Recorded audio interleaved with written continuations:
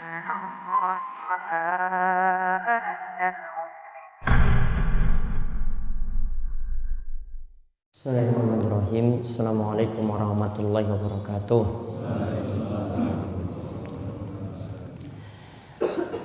Innal hamdalillah nahmaduhu wa nasta'inuhu wa nastaghfiruh wa na'udzu billahi min syururi anfusina wa min sayyiati a'malina. May yahdihillahu fala mudhillalah wa may yudlilhu fala hadiyalah. Wa asyhadu an la ilaha illallah wahdahu la syarikalah wa asyhadu anna Muhammadan abduhu wa rasuluh. Allahumma salli ala nabiyyina Muhammad wa ala alihi wa man tabi'ahum bi ihsan ila yaumiddin. Allahumma anfa'na bima 'allamtana wa 'allimna ma yanfa'una wa zidna ilma. Alhamdulillah para jamaah, Bapak Ibu sekalian, jamaah pengawasan Ahad Pagi yang mugi-mugi senantiasa dirahmati dan diberkahi oleh Allah Subhanahu wa taala. Kita bersyukur di kesempatan pagi hari ini kita kembali dapat menimba ilmu. Allah masih memberikan kita kesehatan dan memberikan kita waktu luang sehingga selepas sholat subuh kita kembali melanjutkan pembahasan kita saking kitab Bulughul Maram karya Ibnu Hajar Al-Asqalani, yang kitab ini merupakan kitab kumpulan hadis-hadis tentang masalah hukum disusun oleh ulama yang dikenal pakar dalam masalah hadis dan salah seorang ulama besar dalam mazhab Syafi'i. Kita sekarang masih melanjutkan pembahasan sebelumnya, yaitu tentang air mani. Perlakuan Nabi Shallallahu Alaihi Wasallam, beliau tidak menganggapnya sampai najis. Jadi air mani itu masih dihukumi suci, sperma atau mani masih dihukumi suci. Kemarin ada berapa cairan yang dibahas? 4 atau 5? 4. Yang pertama air mani. Mani kesimpulannya suci atau najis? Air mani itu suci. Terus kalau keluar mani, setelah keluar mani tadi maka diperintahkan untuk mandi, tidak cukup wudhu. Yang kedua air apa? Madhi. Madhi hukumnya apa? Suci apa najis? Najis. Madhi itu yang keluar di pembukaan hubungan intim dan keluarnya tidak memancar seperti mani.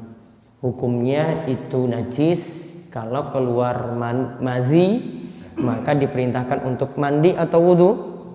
Cukup wudhu. Terus yang ketiga wadi, dan ini termasuk juga air kencing di situ, ya. Air kencing dengan wadi itu sama, dihukumi najis. Dan ketika keluar kencing atau keluar wadi ini di akhir-akhir kencing itu keluar, sisa-sisa kencing itu keluar. Dan hukumnya ketika keluar ini masuk terus. Mas Pardimin ke sebelah sana. Terus masuk. Iya. Masuk terus. Dan ketika keluar wadi atau air kencing diperintahkan untuk berwudu, tidak sampai mandi. Kemudian ada 8 poin yang kemarin kita bahas tentang air mani. Apa saja poin-poinnya? Yang pertama,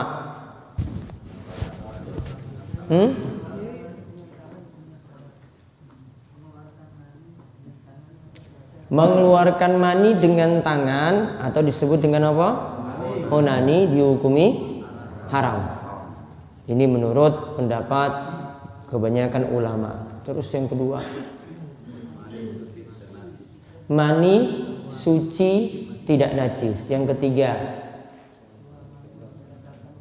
keluar mani membatalkan wudhu. Baik tadi keluarnya karena mimpi basah atau keluarnya itu karena dalam keadaan misalnya onani tadi, maka wudhunya jadi batal, atau hubungan intim wudhunya jadi batal. Yang ketiga, yang keempat,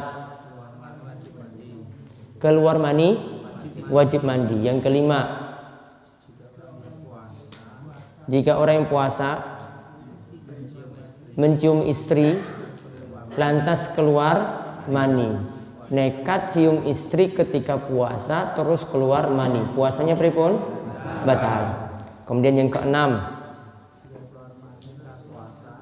jika keluar mani ketika puasa dalam keadaan mimpi basah, maka puasanya tidak batal karena di luar kesadaran kita. Yang ketujuh, jika puasa melakukan onani, puasanya batal. Yang kedelapan,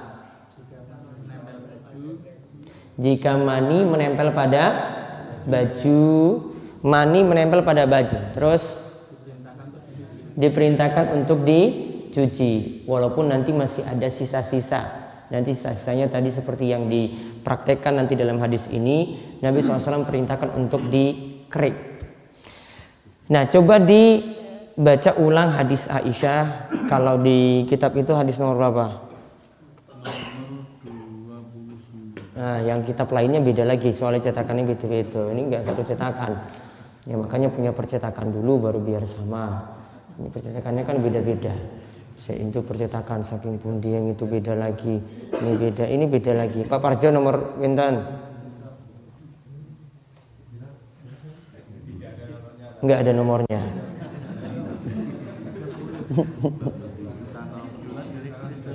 Iya, di luar ulang dari hadis yang kemarin, hadis Aisyah kemarin. Hadis ke 30 sampai 33, Pak. Ini beda lagi bukunya. Baca aja, enggak usah sebut nomor. Hadis Aisyah nggih. Ya. Tentang mani. Bismillah. Ulang.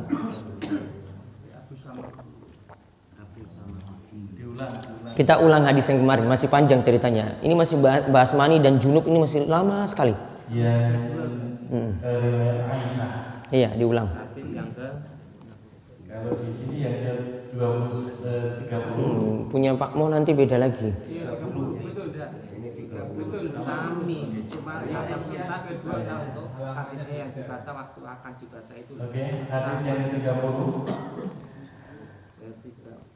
Wa an Aisyah radhiyallahu anha qala kana Rasulullah sallallahu alaihi wasallam yaghsilu maniya thumma yakhruju ila sholati fi dhalika tawfi wa ana anzuru ila athari rusli fihi muttafaqun alaih.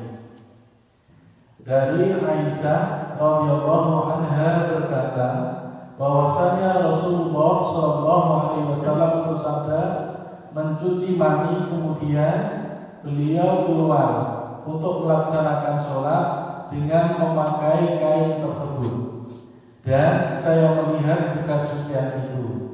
Muttafaqun alaih. Hadis yang ke-31, wali muslimin laqad kuntu afraquhu min thawbi Rasulillah sallallahu alaihi wasallam fakan fayusalli fihi.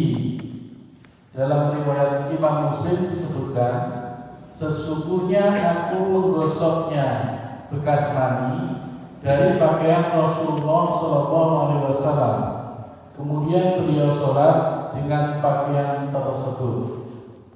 Terus hadis yang ke-32, wa fi lafdin lahu laqad kuntu ahquhu ya bisyam fi zufuri min thawbihi. Dalam lafaz hadis riwayat Muslim yang lain disebutkan, sesungguhnya aku pernah mengerik mani kering dengan kuku dari pakaian beliau. iya. Sampai di situ. Kita lihat di sini dalam hadis Aisyah, Rasulullah SAW itu pernah mencuci mani, yaksilul mani, mencuci mani, kemudian beliau keluar untuk sholat. Gak diterangkan sini sholat apa. Lantas masih pakai pakaian yang sama, gak ganti. Ya, Rasulullah SAW pakaiannya seperti itu. Tanda bahwasanya Rasulullah SAW hidupnya itu zuhud, nggak foya-foya. Namun di sini kata para ulama, kalau memang orang itu pas-pasan ya sudah, memang hidupnya seperti itu, seperti Rasul Shallallahu Alaihi Wasallam. Namun kalau kita itu diberi kelapangan rizki, diberikan rizki yang berlebih, kita bisa mengganti ya ganti. Artinya tidak cukup dengan satu baju. Bahkan kata Nabi SAW, Allah itu sangat senang sekali melihat seorang hamba itu menampakkan bekas-bekas nikmat yang Allah beri pada dirinya. Jadi nikmat yang Allah beri itu ditampakkan. Jangan sampai ada yang diberi rezeki lebih, malah hidupnya nampakkan seperti orang kere. Pakaiannya compang-camping, ya, pakaiannya nggak pernah dicuci, ya, pergi keluar dalam keadaan bau seperti itu. Ini nggak boleh hidup seperti ini kalau diberikan kelebihan rezeki. Kalau dia diberi kelebihan rezeki, nampak hidup kere, ya berarti nggak bersyukur. Iya kan? Iya berarti nggak bersyukur. Ya maka tampakkan nikmat tadi dengan catatan tidak dalam rangka sombong. Ya, nggak pamer-pamer. Ya, bukan tujuannya itu untuk sombong, bukan merasa dirinya wah lebih daripada yang lain. Tidak. Ini wujud menampakkan nikmat yang Allah Subhanahu wa taala itu berikan. Maka Nabi SAW seperti tadi ya memang beliau seperti itu kemampuannya. Jadi jangan ikut Nabi SAW dari sisi ini. Ya. Karena ini Nabi SAW punya kehidupan yang berbeda mungkin dengan orang yang punya kelebihan rizki. Buktinya para sahabat yang lain itu ya mereka biasa saja ketika mereka itu hidupnya. Contoh lagi penulis kitab ini Ibnu Hajar, ini jadi seorang hakim. Ketika beliau jadi seorang hakim itu pergi keluar kemudian bertemu orang-orang Yahudi di pasar. Orang Yahudi yang jualan, orang Yahudinya itu kere. Ya, orang Yahudi itu kere ketika hidupnya, miskin. Dan orang Yahudi ini tahu hadis. Ya, nggak seperti kita wong Islam nggak tahu hadis. Ini orang Yahudi malah tahu hadis. Dia katakan kepada Ibnu Hajar, Ibnu Hajar, bukankah Rasulullah SAW itu pernah mengatakan, coba sebut hadis tuh, boleh dibilang. Rasulullah SAW itu mengatakan, ad-dunya sijnul mu'min wa jannatul kafir. Dunia itu penjara bagi orang-orang beriman. Ya, dunia itu penjara bagi orang-orang beriman. Sedangkan bagi orang-orang kafir itu surga bagi mereka. Ibnu Hajar, kamu pakaiannya bagus sekali. Saya seperti ini loh, compang-camping, bau keringat seperti ini, miskin. Kok sampai Rasul mengatakan seperti itu? Kok Rasul katakan orang muslim itu di dunia itu bagaikan penjara, hidup di penjara. Sedangkan orang kafir di dunia itu mendapatkan surga. Kok sekarang kita kebalik? Ya, kebalik kan?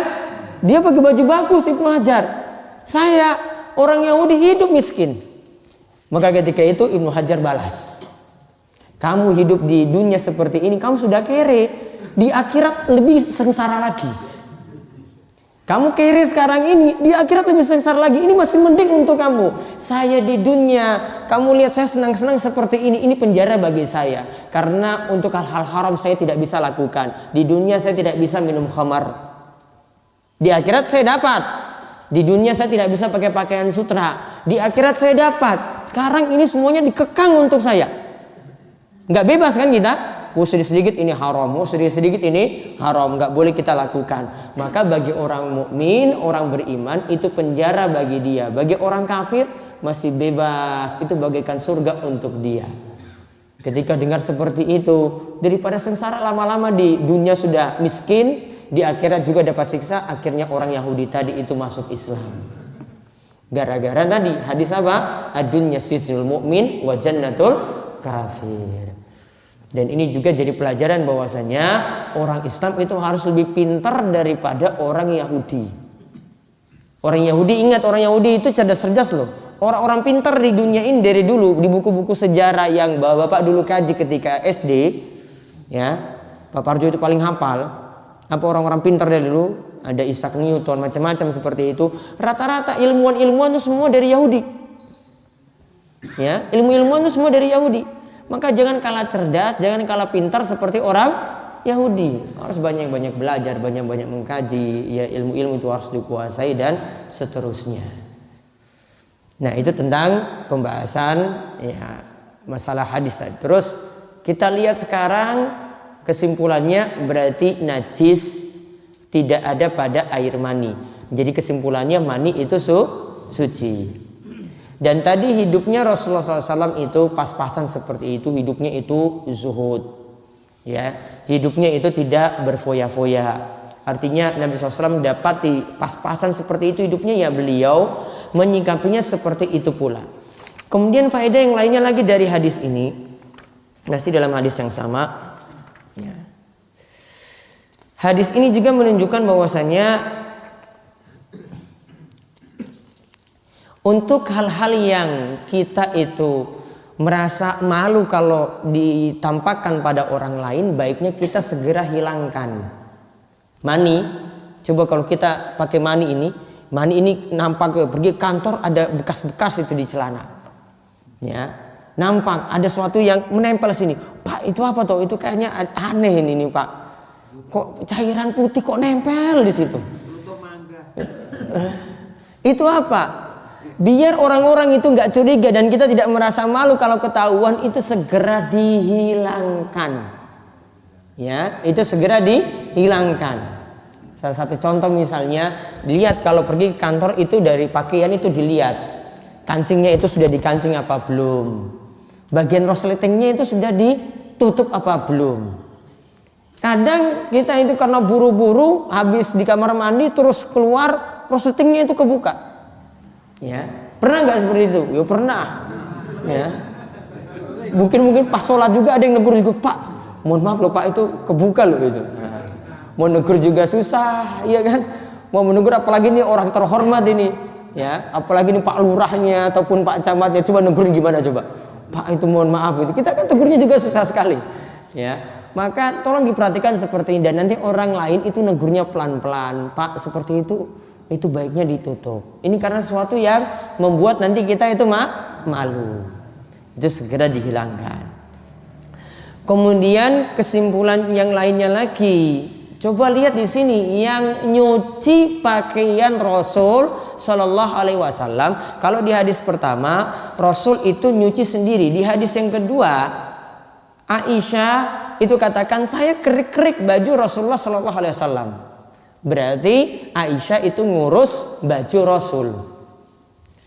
Maka faedah yang bisa kita ambil, tugas wanita, tugas ibu-ibu, tugas ibu rumah tangga di rumah adalah diantaranya mengurus urusan-urusan suami.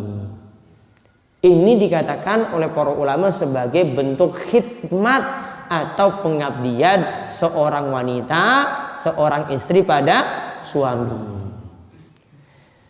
Namun apakah ini jadi kewajiban mesti? Ingat, ini bentuk pengabdian. Namun kadang ketika melihat kondisi masyarakat nanti berbeda-beda. Untuk orang desa itu nanti berbeda keadaannya untuk orang kota. Kalau orang desa mungkin istrinya nyuci sendiri, nyucikan baju anak-anaknya, nyucikan baju suaminya, masak, ya masak sendiri juga, nggak pakai pembantu, ya kan? Nggak pakai pembantu. Namun untuk orang kota kita tidak bisa paksakan seperti kondisi orang desa. Ya, untuk orang kota kita tidak bisa paksakan seperti kondisi orang desa, tidak bisa. Mereka kesibukannya itu padat. Pagi-pagi saja habis subuh saya mereka sudah berangkat kerja. Ya, mungkin kalau istri dibiarkan di rumah ngurus anak sendiri nggak bisa. Maka mesti ada pembantu ketika itu. Namun kalau ini diterapkan di desa, ya lihat dari kondisi orang juga masing-masing.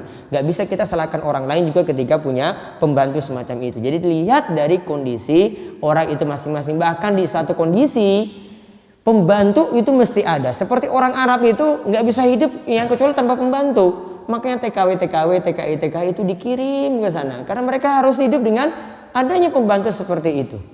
Bahkan sampai ada yang awalnya itu pembantu akhirnya dijadikan istri. Ya, orang-orang Indonesia TKW itu datang ke sana. Akhirnya awalnya itu pembantu kemudian dijadikan istri.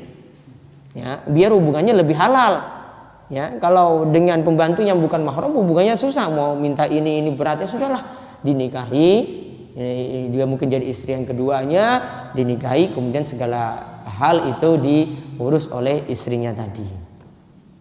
Nah, sedikit tambahan, sekarang ada tambahan tentang perihal masalah junub. Kemarin kan tentang mani. Sekarang saya ingin tambahkan tentang masalah junub dari kitab para ulama. Ini biar pembahasannya tuntas, mani dan junub sekaligus. Apa yang dimaksud junub? Arti junub, kalau kita bahas istilah junub, junub itu artinya keluarnya mani. Baik karena hubungan intim, baik karena hubungan intim, mimpi basah, atau dikeluarkan dipaksa. Ya, dikeluarkan dipaksa. Apa kemarin penyebutannya? Disebut onani. Maka keadaan orang yang keluar mani seperti tadi disebut junub. Keadaan orang yang keluar mani seperti tadi disebut junub.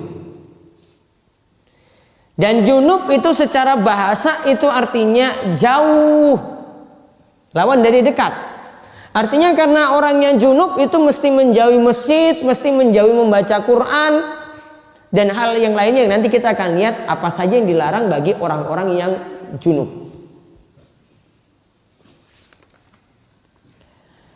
Nah, sekarang kita lihat junub itu ada dua sebab. Junub itu ada dua sebab. Yang pertama,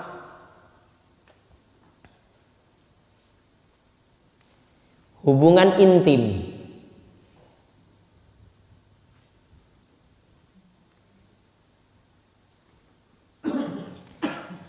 Hubungan intim baik keluar mani atau tidak keluar mani. Baik keluar mani atau tidak keluar mani.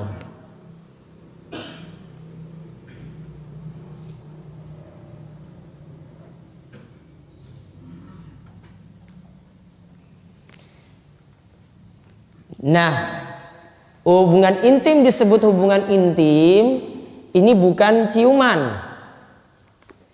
Hubungan intim disebut hubungan intim jika bertemu dua kemaluan dan bertemunya itu seperti timba masuk dalam sumur. Ya, seperti timba masuk dalam sumur.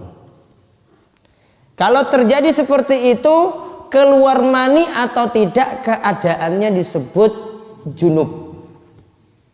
Bahkan di sini para ulama katakan, baik itu masuknya pada kubul, pada kemaluan maupun pada dubur. Padahal ini perbuatan haram.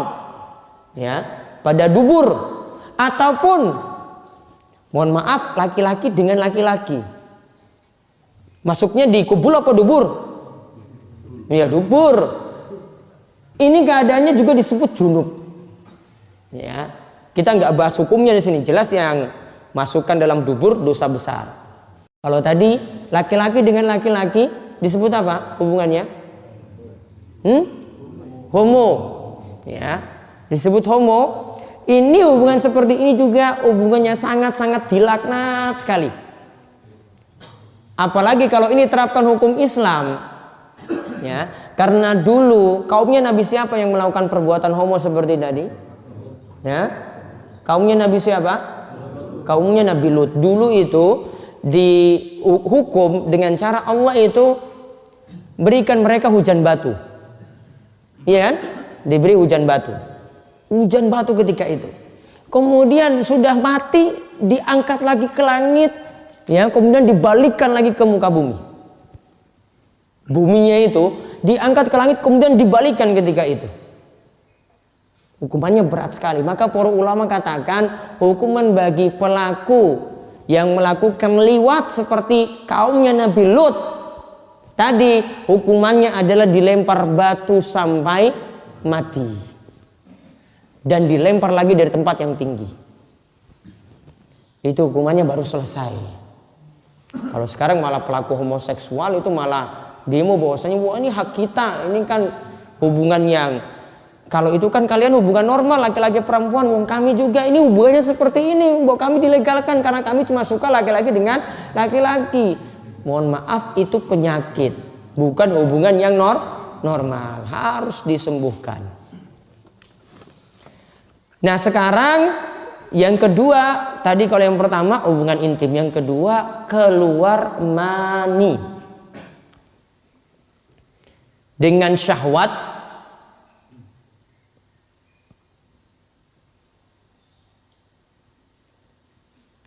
baik keluarnya dengan cara hubungan intim, mimpi basah, onani,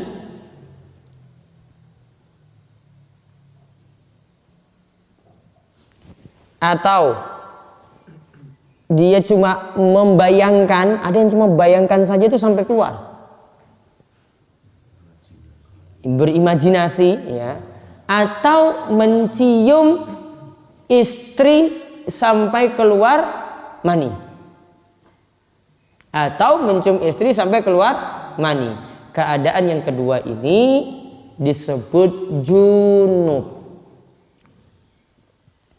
Keadaan yang kedua ini disebut junub.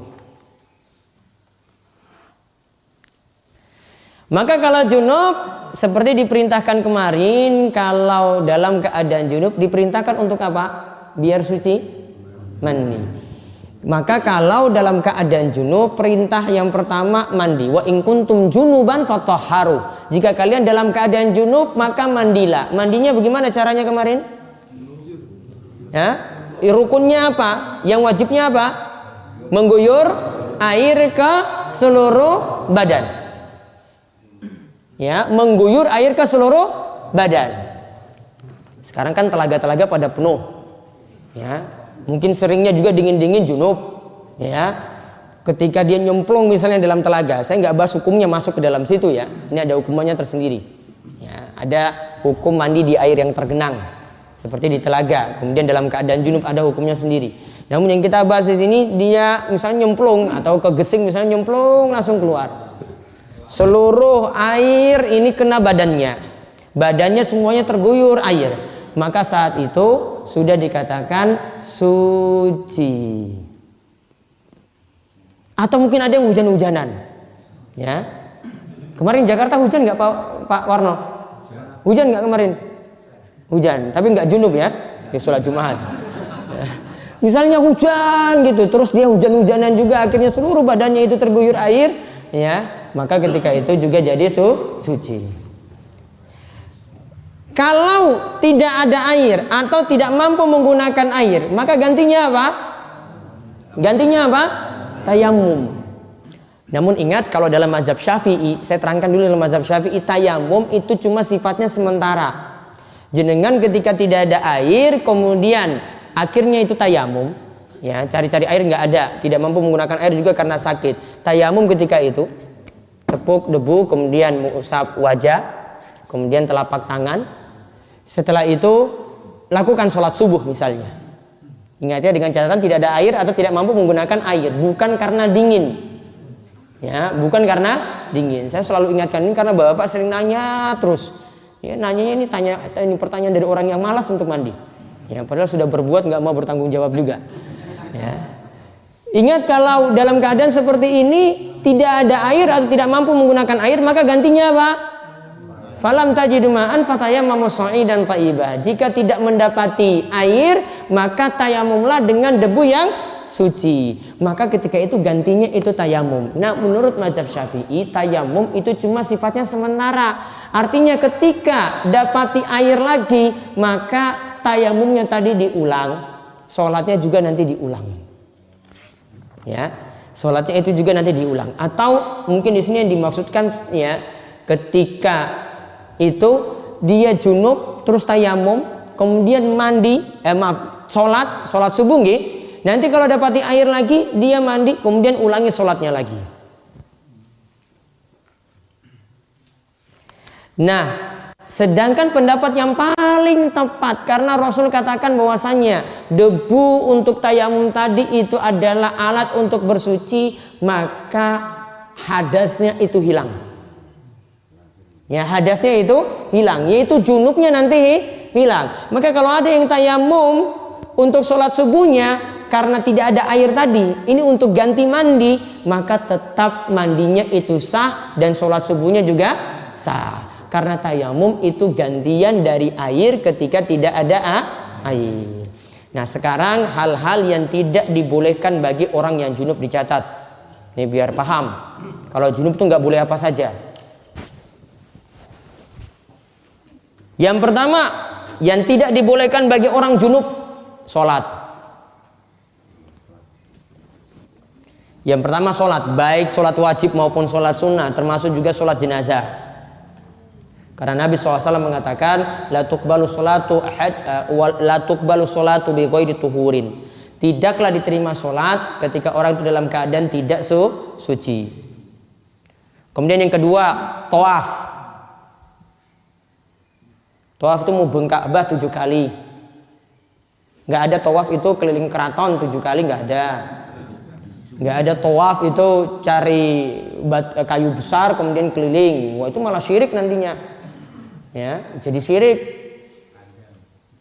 Ya, karena tawaf keliling-keliling seperti tadi itu jadi ibadah. Jadi ibadah kalau tujukan pada selain Allah jadi syirik. Maka kalau ada yang keliling kayu besar misalnya mubeng, muter, nyatanya untuk ibadah, berarti sudah menyamai tawaf yang dilakukan di Ka'bah. Ya, berarti itu masuk syirik. Kemudian yang ketiga, yang tidak boleh lagi menyentuh mushaf Al-Quran dengan tangan atau badan. Berarti nyenggol saja nggak boleh.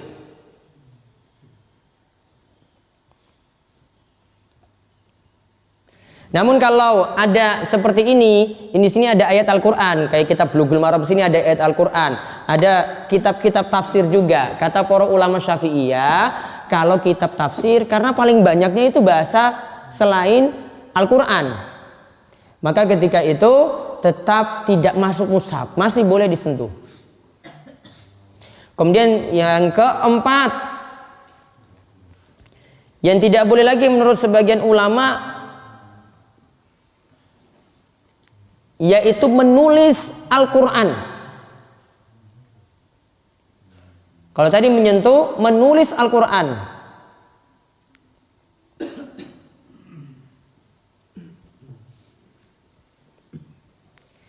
Kemudian yang keberapa lagi? Kelima, yang tidak boleh lagi menurut kebanyakan ulama, yaitu tidak boleh membaca Al-Quran.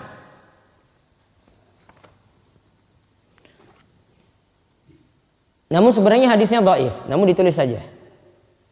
Biar nggak mudah-mudahan itu baca Al-Quran. Suruh mandi cepat terus bisa baca Al-Quran. Meskipun Al-Qurannya misalnya, kalau menurut pendapat ini Al-Qurannya di tembok, itu nggak boleh dibaca. Dibatin berarti. Iya, batin itu nggak baca. Baca beda kan? Nah. Kemudian yang keberapa? 6. Tidak boleh masuk masjid kecuali sekedar lewat. Mohon maaf pamit gitu. Nah, boleh. Namun kalau lama-lama di sini nggak boleh. Ikut ngaji lama-lama kan berarti nggak boleh. Boleh lewat, dalilnya surat An-Nisa ayat 43. Wala junuban ila abiri sabil. Orang yang tidak boleh masuk masjid di sini adalah orang junub kecuali cuma sekedar lewat. Jadi nggak lama-lama. Kemudian yang keberapa lagi? 7, tidak boleh iktikaf. Tidak boleh iktikaf karena iktikaf ya diamnya lama.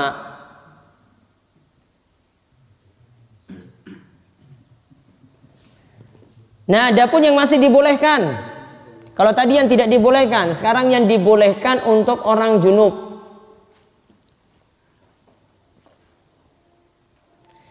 Yang dibolehkan untuk orang junub, yang pertama zikir. Zikir boleh. Dia sebut subhanallah, junub astaghfirullah gitu boleh. Bukan masalah. Innalillahi wa inna ilaihi rajiun gitu. Padahal junub, kan nggak ada yang tahu juga junub kita kan? Junub itu keadaan. Junub itu keadaan. Kemudian masih boleh juga yang kedua berdoa. Doa masih boleh. Kemudian yang ketiga, dibolehkan tidur, makan, minum, atau mengulang hubungan intim. Sudah junub ulangi lagi. Ya. Sudah junub ulangi lagi. Ini paling yang pengantin-pengantin anyar, kalau pengantin lawas ya ora. Namun dianjurkan, tadi bagi siapa saja tadi? Bagi yang mau tidur, yang mau makan, yang mau minum, yang mau mengulangi hubungan intim, dianjurkan mencuci kemaluan dulu, lalu berwudu. Dianjurkan mencuci kemaluannya dulu, bersih-bersih dulu lah, jangan langsung tidur, jangan langsung makan. Kemudian berwudu. Berwudu cuma memperingan saja, nggak hilang, cuma memperingan saja. Ya kan biasanya pas memang ini, sudah langsung bablas tidur aja. Dingin lagi alasannya, padahal cuma wudu loh. Nggak disuruh mandi, mandinya nanti kalau mau sholat subuh. Terus yang ketiga yang masih boleh lagi, yang keempat, masuk azan subuh. Masuk azan subuh untuk puasa dalam keadaan junub. Ini wis azan subuh. Tadi makan sahurnya masih junub. Azan subuh berkumandang juga masih junub. Mandinya pas azan subuh tadi. Lalu dia sholat subuh masih boleh. Jadi nggak usah khawatir, wah ini kepiye ki arek puasa ya. Bilang istrinya nggak masalah kok pas azan subuh mandi, ini orang masalah, nggak usah khawatir. Kan karena khawatir tadi, wah ini gimana nanti azan subuh itu belum mandi, ya nggak salah diterangkan seperti tadi.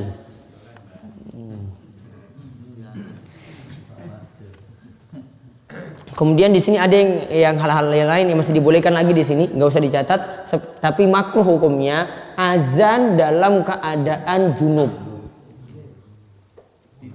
Ya, mungkin kepepet misalnya, wah ini nggak ada yang azan, terus dia masuk masjid, azan langsung keluar itu mandi, makruh. Tapi dia masuk masjid tadi, tapi kan cepat-cepat berarti, wah ini junub, ini cepat-cepat, ini kenapa ini azan ini? Kemudian yang lainnya itu nanti berkaitan dengan puasa dan yang lainnya yang berkaitan dengan junub. Kemudian satu hadis lagi yang dibaca, nanti kita bahas ringkas, tapi nanti saya bahas panjang lebarnya nanti pekan depan. Satu hadis dari Abu Samhi. Hadis yang keberapa itu? 33. Hadis yang ke-33. Wa an Abi Samhi radhiyallahu anhu qala Nabi sallallahu alaihi wasallam yu'salu min bawlil jariyati wa yurassu min bawlil hudami akhrajahu Abu Dawud wa Nasa'i wa sahahahu Hakim. Dari Abu Sam radhiyallahu anhu berkata, Rasulullah sallallahu alaihi wasallam bersabda, bekas air kencing bayi perempuan itu harus dicuci dan bekas air kencing bayi laki-laki cukup diperciki dengan air. Dikeluarkan oleh Abu Dawud, An-Nasa'i dan disahihkan oleh Al-Hakim. Taib. Ini sekarang pembahasannya tentang apa? Air kencing. Air kencing apa? Bayi. Di sini dibahas air kencing bayi karena biasanya bapak itu nanti ngomong, istri juga ngomong anaknya, dan ketika itu ada yang dipipisi misalnya di celananya. Makanya dibahas karena ini kaitannya kita cara membersihkan najis. Dari Abu Samhi, di mana dia ini adalah bekas budak Rasulullah Shallallahu Alaihi Wasallam, pernah mengabdi kepada Rasulullah Shallallahu Alaihi Wasallam. Nama sebenarnya adalah Iyad. Jadi ada sahabat itu nama aslinya itu nggak ketahuan. namun pakai abu-abu saja baru ketahuan. Abu Hurairah, Abu Bakar, ya di sini Abu Samhi. Ya, jadi dengan nama yang pakai abu itu ketahuan. Ini dikenal nama yang pakai abu-abu. Abu siapa? Ya, di TV mungkin dengar ada Abu Jibril. Ya, namun jarang yang pakai Abu Parjo, itu jarang. Itu biasa pakai bahasa Arab di belakangnya. Iya, jarang. Biasanya Abu siapa gitu, Abu Jibril gitu misalnya ya. Ya.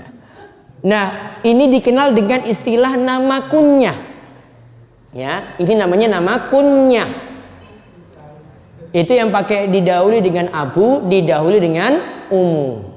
Kalau Rasul SAW itu punya nama kunyah yaitu Abul Qasim. Sebagian ulama mengatakan tidak boleh ada yang di dunia ini yang punya nama dengan nama Abu Qasim seperti Rasulullah SAW. Jadi cuma kekhususan bagi Nabi Shallallahu Alaihi Wasallam. Ya, itu disebut dengan Abu. Dan biasanya Abu ini di belakangnya itu nama anak. Anaknya yang dipakai itu nama anak yang pertama. Ya, nama anak yang pertama. Ya, Pak Warno anak pertamanya namanya siapa? Enggak, anak pertamanya namanya apa? Rafi, Abu Rafi berarti. Nah, Abu Rafi dipanggil seperti itu. Jadi di baju kokamnya itu tulis Abu Rafi. Itu lebih ganas itu. Daripada cuma Warno. Biasa aku kok rambut tinggal.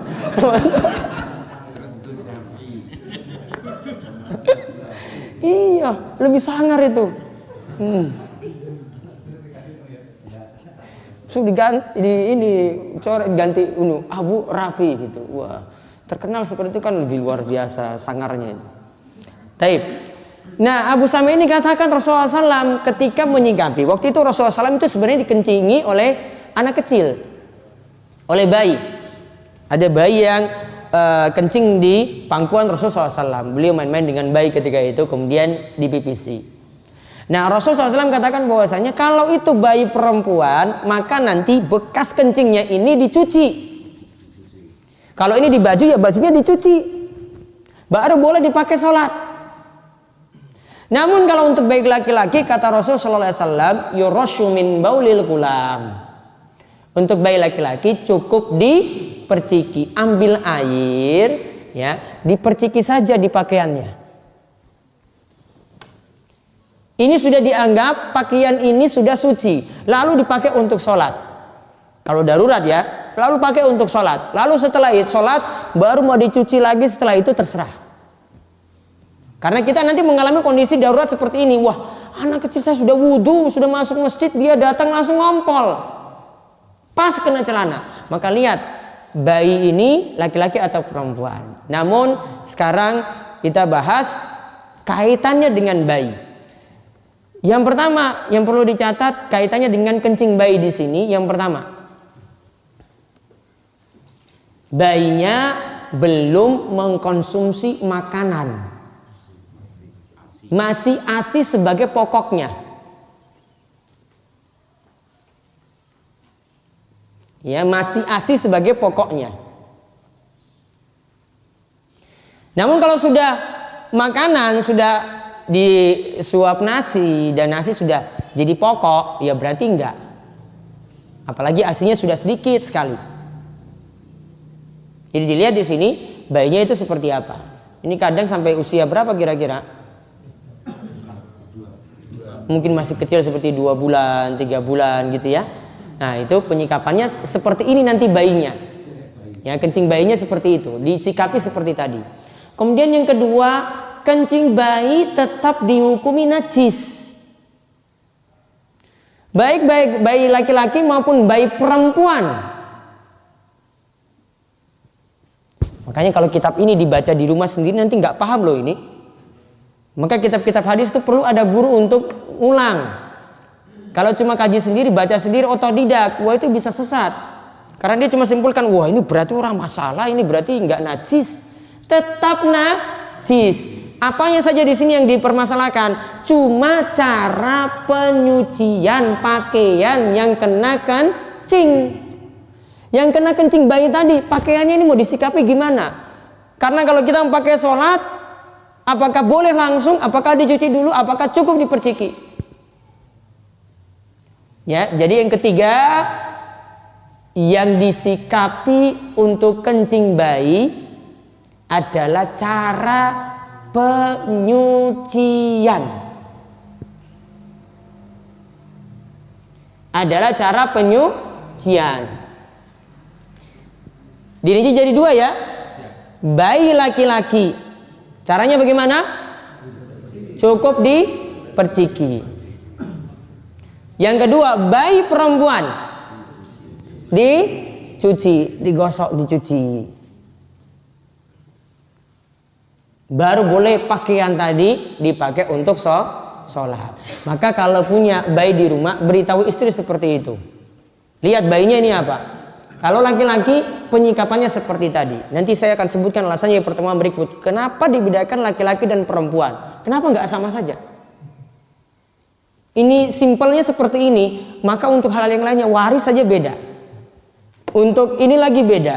Negur antara laki-laki dan perempuan, negur imam itu juga beda. Kalau laki-laki negurnya dengan ucapan subhanallah. Perempuan menepuk punggung telapak tangan, bukan tepuk tangan. Namun menepuk punggung telapak tangan. Kalau seperti ini sholat jadi batal nanti.